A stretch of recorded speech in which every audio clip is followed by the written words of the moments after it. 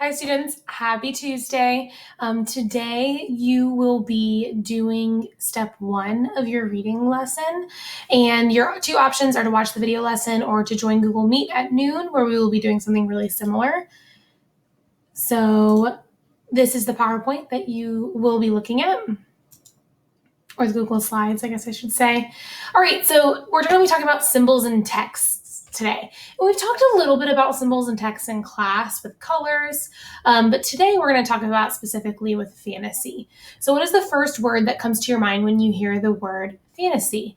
You may think of dragons or castles or crowns or unicorns. All of these different things are symbols in the fantasy world, and they're going to represent something. So they represent something completely different from what they are. And we'll talk a little bit about maybe what some of those symbols actually mean in a second. And good fantasy readers look for those symbols. And really, symbols are in all types of books, not just fantasy. So today I want to teach you that fantasy readers keep an eye out for repeated or highlighted images, objects, characters, or settings. They ask themselves, could this symbol mean something else? And how does it connect to the theme? So this is a video where artists use symbols to show something in Disney films, and animators use different Disney films to represent different characters in other Disney films. So like Pinocchio is in Tangled. So you can watch the video back on the original slide. So fantasy readers can use symbols as a way to interpret themes. So while reading, be prepared to find symbols. So they might be images, objects, characters, settings. They are repeatedly mentioned or highlighted in the text. So if it's a crown, they're going to talk about the crown, the crown, the crown, the crown over and over again.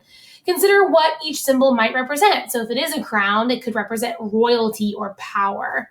Lay those symbols and their meanings side by side and consider how they might fit together.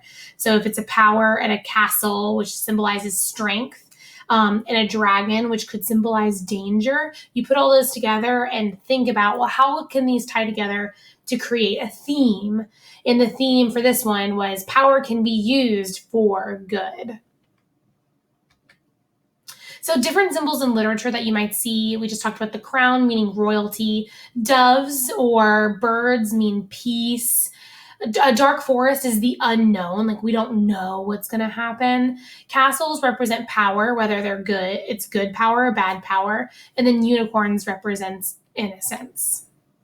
So this is a video of color symbolism that Disney artists use. So go back to the original slideshow and check that video out.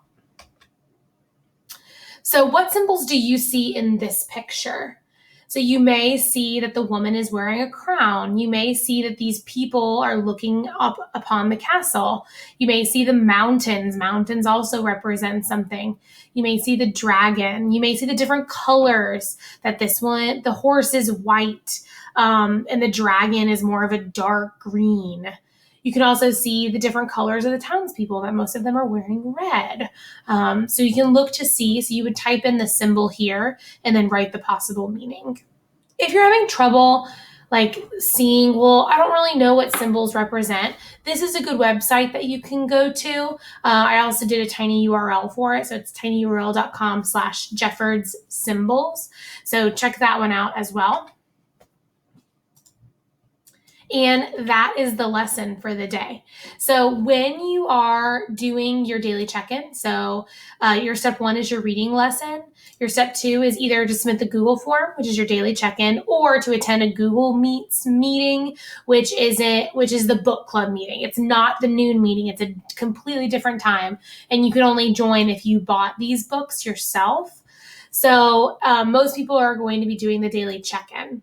So the daily check-in looks like this, and you are going to be looking at a picture and finding the symbols. So feel free to look at that tiny URL I just gave you in order to help you out. Good luck, and let me know if you have any questions. Bye.